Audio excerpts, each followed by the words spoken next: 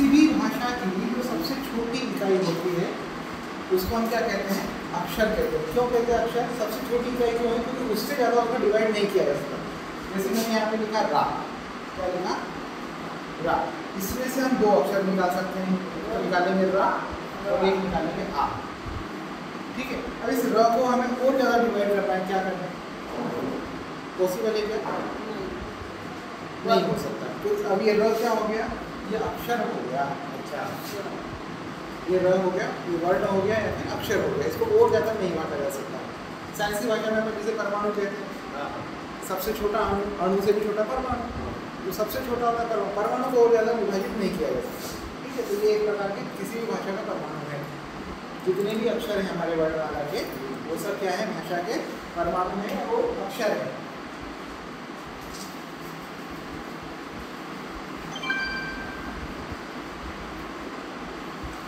अब संस्कृत भाषा में जो वर्ण होते हैं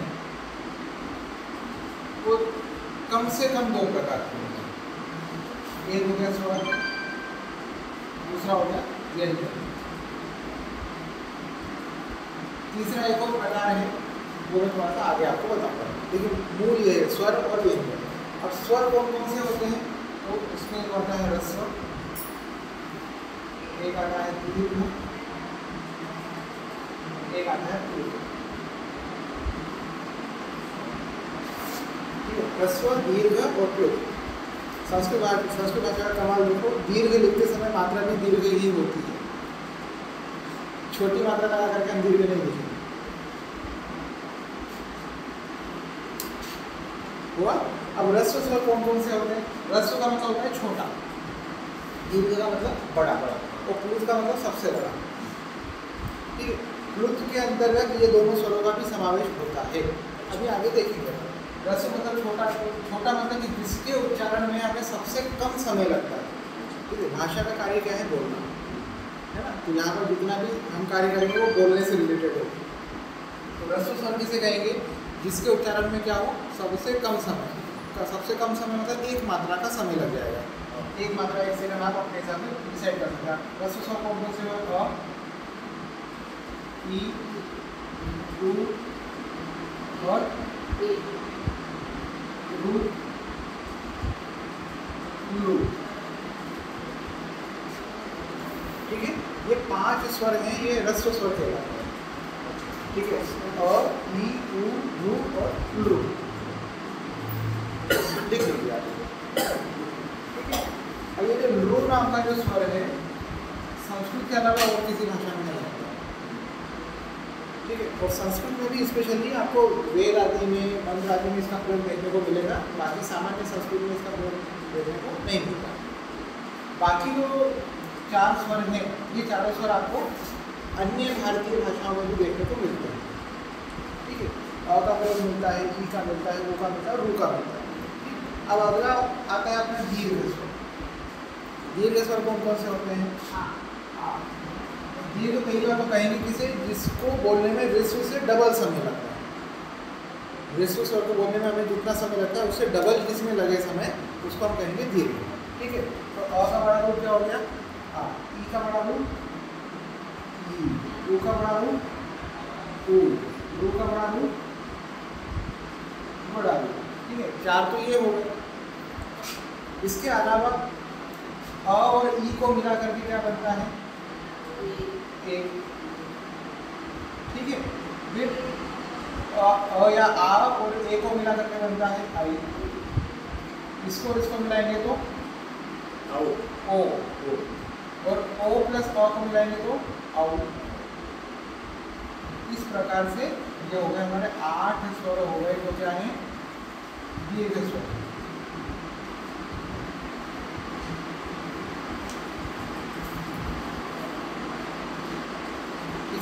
दीर्घ कैसे बना? दीर्घ मतलब जहाँ पर एक जिसके उच्चारण, ये जो समय जो है ना, ह्रस्व बोलना, दीर्घ बोलना, ये समय के ऊपर डिपेंड करता है। समय, हाँ, टाइम। जिसको बोलने में कम समय लगता है, कम टाइम लगता है, वो ह्रस्व।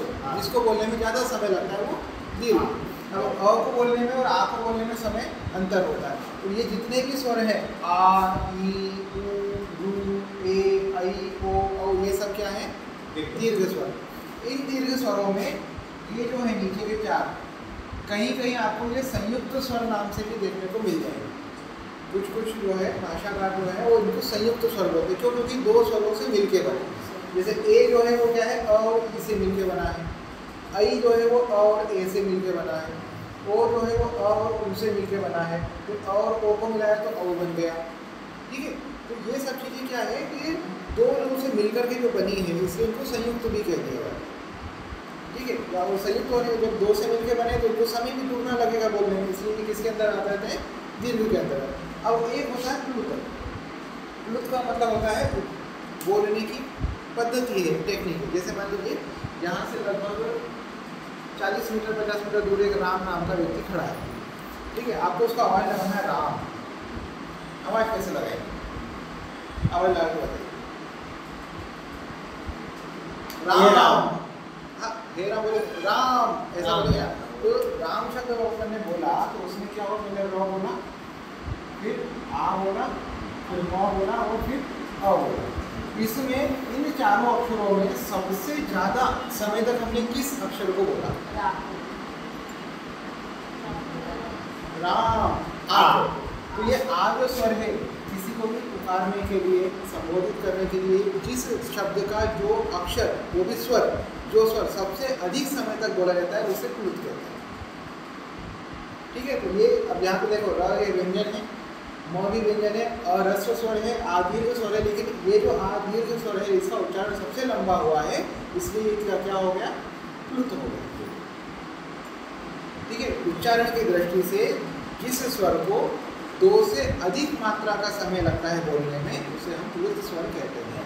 प्लुत, प्लुत, प्लुत, हाँ, उसका नाम है प्लुत। प्लुत का मतलब होता है उच्चारण की अधिक काल वाली प्रवृत्ति, इसको बहुत अधिक ज़्यादा समय लगता है बोलने में। ठीक है, ये हमारा हो गया क्या, स्वर। अब इसके अलावा मैंने बोला था एक चीज और है, उसको अयोगवाह कहा जाएगा।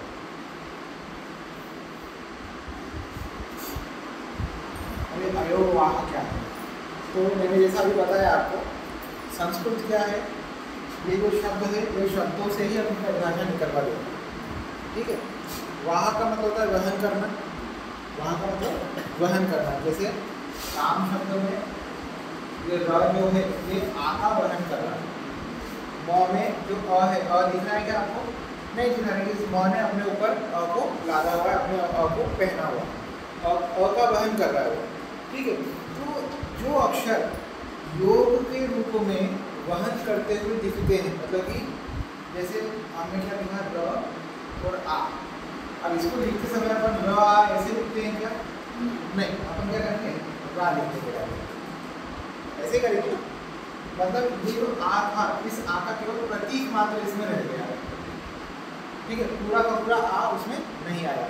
इसी प्रकार जब अपन ने राम जो म लिखा, तो म और म नहीं लिखते, अपन क्या करेंगे, केवल म लिख देंगे, उस म के अंदर ऑटोमेटिक आ हमें दिख जाता है कि भाई अ है इसमें।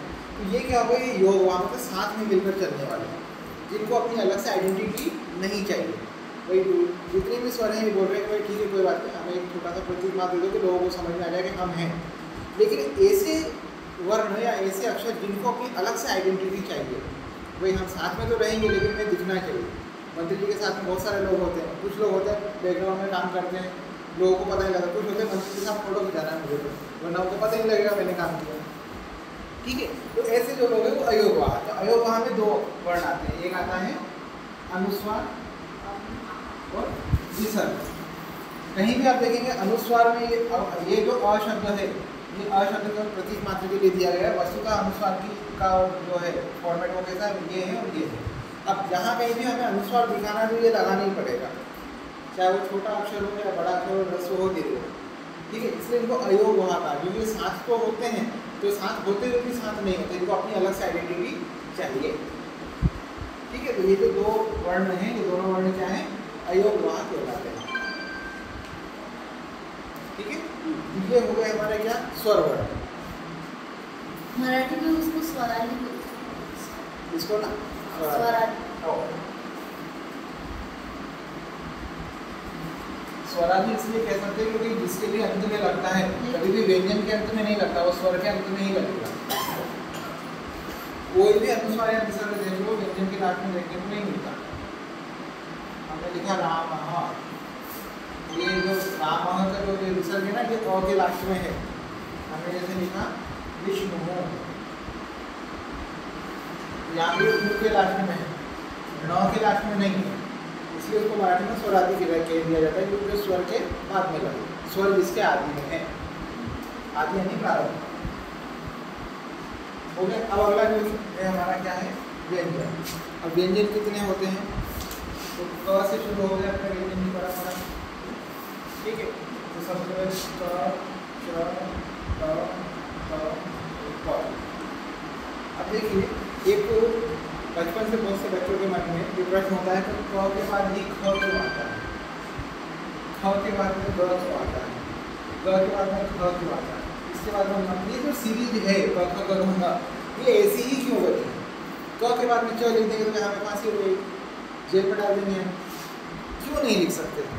ये जो वर्णमाला की जो प्रक्रिया है, बाराखड़ी है, ये ऐसी ही क्यों है। तो इसका पूरा जो विज्ञान है मुख्य शास्त्र जो अपना साइंस है ना, बायोलॉजी से रिलेटेड है। क्यों रिलेटेड है, क्योंकि हमारा जो मुख होता है उसमें अलग अलग स्थान होते हैं, जीवा होती है, तालु होते हैं, दांत होते हैं, कंठ होता है, मूर्धा, अलग अलग स्थान होते हैं। तो ये जो सीरीज बनाई गई है, ये उन स्थानों को देख के बनाई गई है कि ये एक लाइन की जो एक सीरीज की जो अक्षर हैं, ये सब एक ही जगह से बोले जाते हैं। तो ये क ख ग घ ङ जो है ये कंठ से बोला जाता है। कहाँ से बोला जाता है, कंठ। तो क को जब हम बोलेंगे तो क बोलते समय हमें हमारी जिह्वा को हिलाना नहीं पड़ता। सब बोल के देखो, क ख ग घ ङ, हमें जिह्वा नहीं हिलानी पड़ती, जरूरत ही नहीं है बोलने हिलाने, डायरेक्ट बोलते हैं, कंठ से डायरेक्ट ध्वनि बाहर आती है। अगला क्या है, च छ ज झ ञ, ये जो है ये तालु के वर्ड है, ये इसका उच्चारण होता है तालु से। अब जब हम च बोलेंगे तो हमारी जीवा हमारे तालु को स्पर्श करेगा। बोल के देखो, च छ बिना, है ना।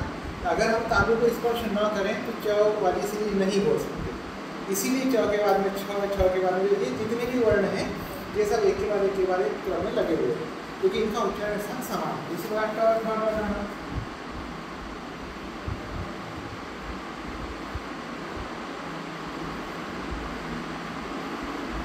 ये मूर्धा के द्वारा, मतलब हमारी जिह्वा ऐसे टर्न होती है, टर्न होकर के ऊपर टच करती है, बरोबर है। तो ये मूर्धा से उच्चारण होते हैं।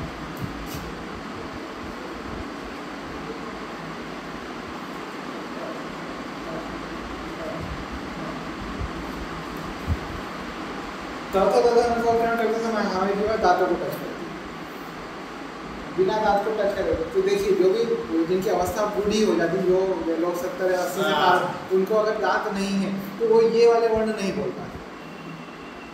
ऐसा होता है उनके साथ। ये बस ये 5 वर्ण बोलने में समस्या, बाकी सब अच्छे से बोल लेंगे। जो लोग उनको ढंग से बोलते नहीं आता, क्योंकि दांत ही नहीं, तो बिना दांत से उनको बोला नहीं जा सकता, बरोबर है। ठीक है, अगला आता है हमारा ऑडियो।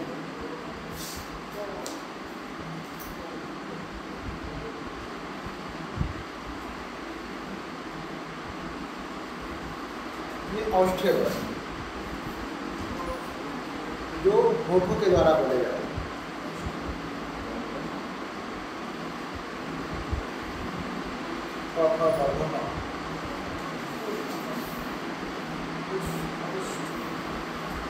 अब ये जो 25 अक्षर हैं क्या आएंगे, ये जो 25 अक्षर व्यंजन हैं, अब जैसे अपने स्वर के भेद किए थे ना, ह्रस्व दीर्घ प्लुत, इसी प्रकार इनका भी भेद है। तो इनको बोलते हैं स्पर्श व्यंजन।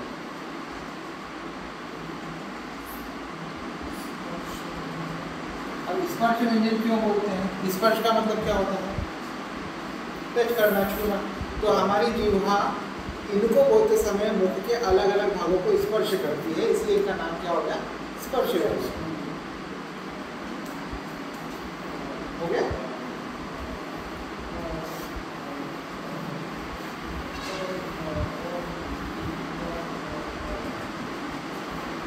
अगला है य व र ल, य व र ल। उनको कहते हैं अंतस्थ व्यंजन।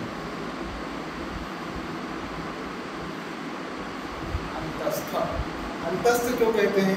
इनके उच्चारण की जो प्रक्रिया है वो साधारणतः, जैसे अभी मैंने बाकी का प्रैक्टिकल करके देखा ना, इनके उच्चारण की प्रक्रिया को प्रैक्टिकल नहीं किया जा सकता, ठीक है। इसलिए वो जो प्रक्रिया है वो अंदरूनी प्रक्रिया है, आंतरिक प्रक्रिया। यह बोलते समय ध्वनि केवल कंठ से आ रही है, कंठीय हो जाना चाहिए, लेकिन ये कंठीय नहीं होता है, ठीक है।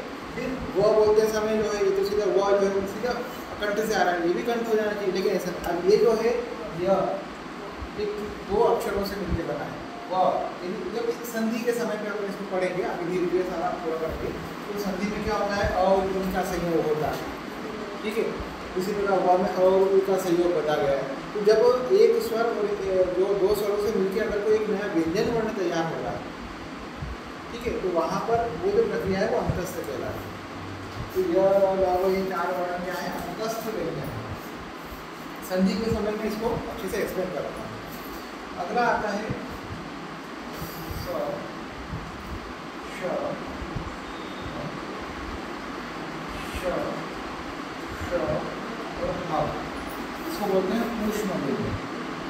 स, श, ह। ऊष्म क्यों बोलते हैं? क्योंकि ये जब अपन बोल रहे हैं इन वर्णों को, चारों को, तो हमारे मुख से गर्म वायु ही बाहर आएगी, चाहे अपन सर्दी में क्यों ना करें। स्वतः फील होता है, आप कम से कम 5-6 बार श बोलो, ऑटोमेटिक लगेगा हाँ थोड़ा ऊष्मा का हमें आभास होता है।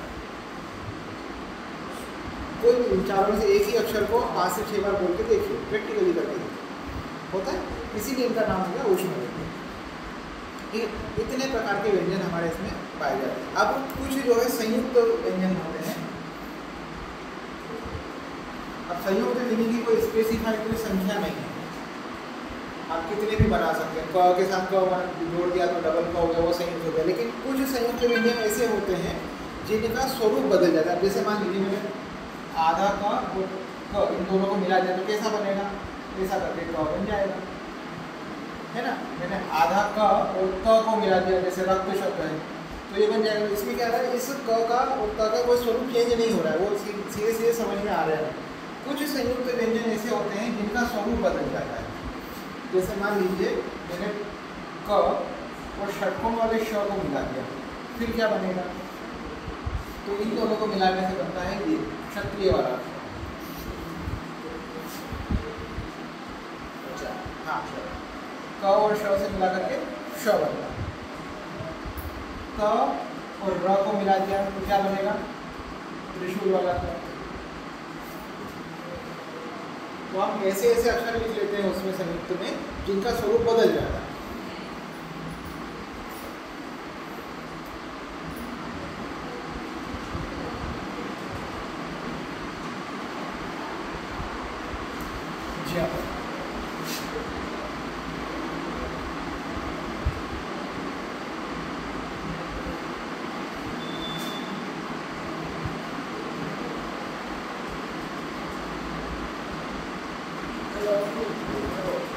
जी हाँ, विद्यालय में जो देव का प्रयोग करते हैं देव, ठीक है। ये ऐसे मुख्य है। एक मैंने नोटिस किया है, स्पेशली महाराष्ट्र में थोड़ी सी इसकी समस्या है कि जैसे हमने लिखा द्वार शब्द, तो हम क्या करते हैं, द्वार ऐसे भी लिखते हैं और द्वार ऐसे भी लिखते हैं। दोनों में से द्वार शुद्ध कौन सा,